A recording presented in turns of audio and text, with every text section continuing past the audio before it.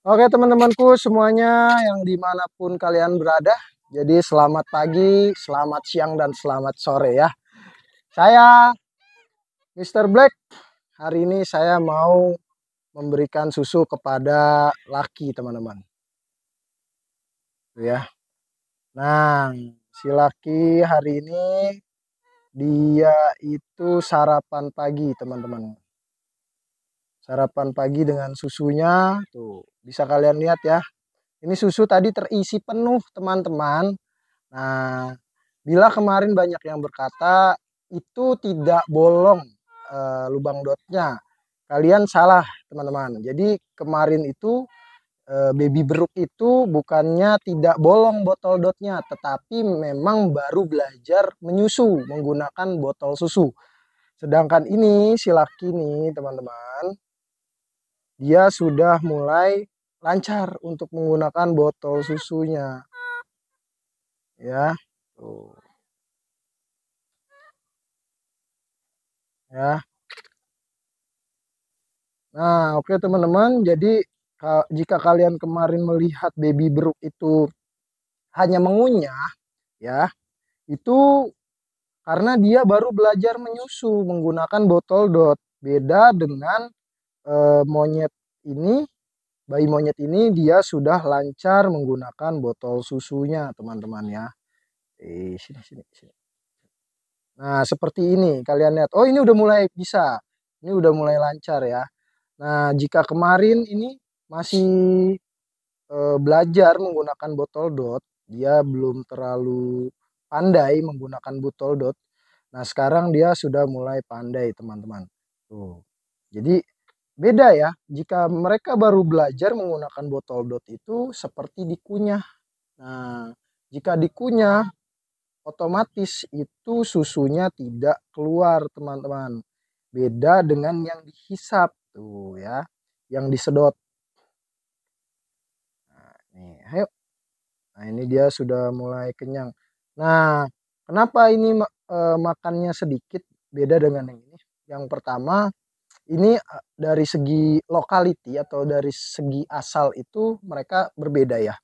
Dan Sumatera itu memang tergolong sangat sulit untuk beradaptasi dengan makanan dan susu, teman-teman. Nah, kalau yang kanan ini adalah Jawa. Nah, Jawa itu terkenal cepat besarnya, postur tubuhnya cepat besar, dan dari segi adaptasi itu, muntah dia. Dari segi adaptasi, dia itu sangat mudah beradaptasi.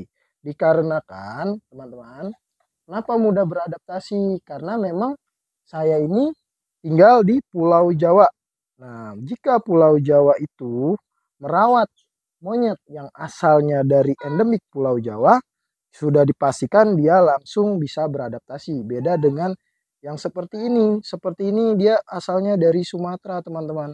Nah, asal Sumatera ini ada kemungkinan perbedaan suhu itu sangat signifikan menjadikan dia ini beradaptasinya sangatlah sulit. Seringkali terjadi diare, teman-teman. Penyakit diare, kembung, kedinginan, atau dia ini teman-teman, dia gumoh, entah dia. Nah, untuk bayi sendiri teman ya, sering sekali mengalami yang seperti ini. Dia habis menyusu, dia itu muntah sedikit. Nah, ya, tuh, ayo. Oh, dia udah nggak mau ya, dia sudah tidak mau. Nah, inilah sulitnya kita memelihara dengan beda pulau. Kalau jika yang ini berasal dari Pulau Sumatera, saya yakin betul ini asli dari Pulau Sumatera karena kita lihat dari postur badannya yang lebih kecil, terus bulunya dominan hitam dan kulitnya juga dominan hitam. Itu seringkali dia berasal dari Sumatera. Beda dengan yang ini, teman-teman. Jika kalian lihat bulunya, bulu yang ini warnanya coklat dan postur tubuhnya lebih besar. Padahal ini usianya saya yakin sama ya. Usianya beda paling seminggu gitu. Nah, itu dari postur tubuh itu terlihat beda jauh, terutama dari bulu. Dari bulu itu sangat terlihat jelas. Sumatera lebih dominan ke hitam, Jawa lebih dominan ke coklat. Nah, yang Sumatera ini teman-teman, itu sering sekali orang itu memelihara menemukan kendala-kendala penyakit-penyakit yang umum seperti diare, kembung, dan gagalnya adaptasi pencernaan. Nah, mulanya dari sini saya katakan untuk berhati-hati memelihara bayi monyet ya, terutama dengan lokasi yang didapatkan itu berbeda pulau. Karena setiap pulau itu sangatlah berbeda dari segi suhunya ya. Jadi dari segi alamnya, dari segi cuaca dan suhu itu sangat berbeda jauh. Untuk adaptasinya juga sangatlah sulit. Nah, bisa kalian lihat teman-teman. Nah, ini sangat bisa dikatakan kurus ya. Nah, dikatakan kurus ini. Badannya kurang berisi karena memang masih momen di mana dia adaptasi ya di sini. Nah, untuk kalian sendiri untuk mengetahui apakah baby monyet ini gemuk atau tidaknya, kalian bisa raba di bagian punggung. Di bagian punggung jika terasa sekali tulangnya, itu bisa dikatakan baby monyet itu mengalami kekurusan teman-teman ya, atau kekurangan nutrisi, malnutrisi, atau yang bisa kita sebut biasanya apa ya, gizi buruk. Kalau orang lokal bilang gizi buruk. Nah, beda dengan si laki ini teman-teman. Nah, jika kita pegang si laki ini, punggungnya itu sangat tebal sekali dagingnya. Aduh, dia berak lagi. Dia pup teman-teman. Nah, gitu. Jadi eh, kelihatan jelas bahwa jika kurus badannya, dia akan tulang. Ya, dipegang punggungnya itu tulang.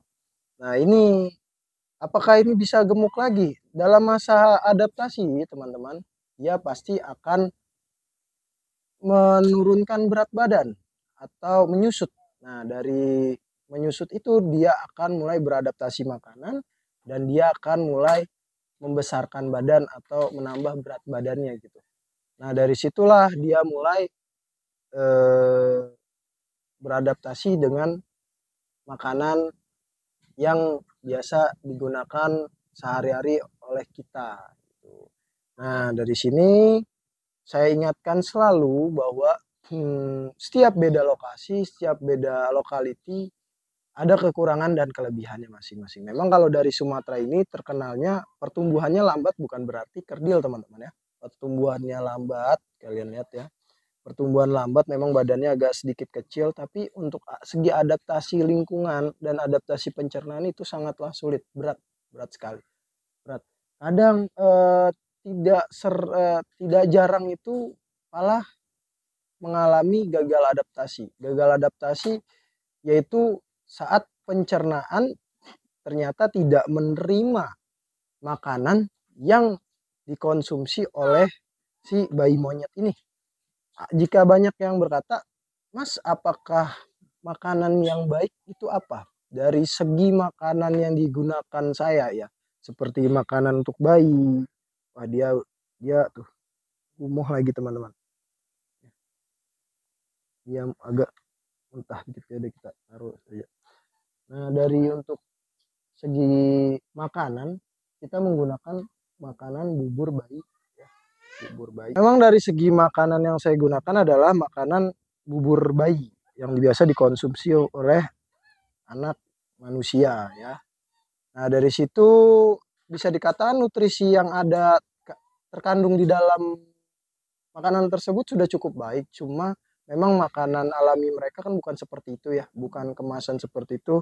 Pasti sebaik apapun dan sebagus apapun tetap melewati proses adaptasi pencernaan. Nah, dari situlah proses yang sangat sulit untuk dijalani oleh si bayi monyet tersebut ini, teman-teman. Oke, jadi cukup sekian ya pembahasannya untuk kali ini. Semoga dipahami dan semoga dipikirkan kembali bahwa bayi monyet ini tidak semudah apa yang kalian pikirkan untuk dirawat dan tidak segampang apa yang kalian pikirkan. Terima kasih sudah menonton dan jangan lupa subscribe channel saya serta komen dan share. Lanjut lagi di video selanjutnya.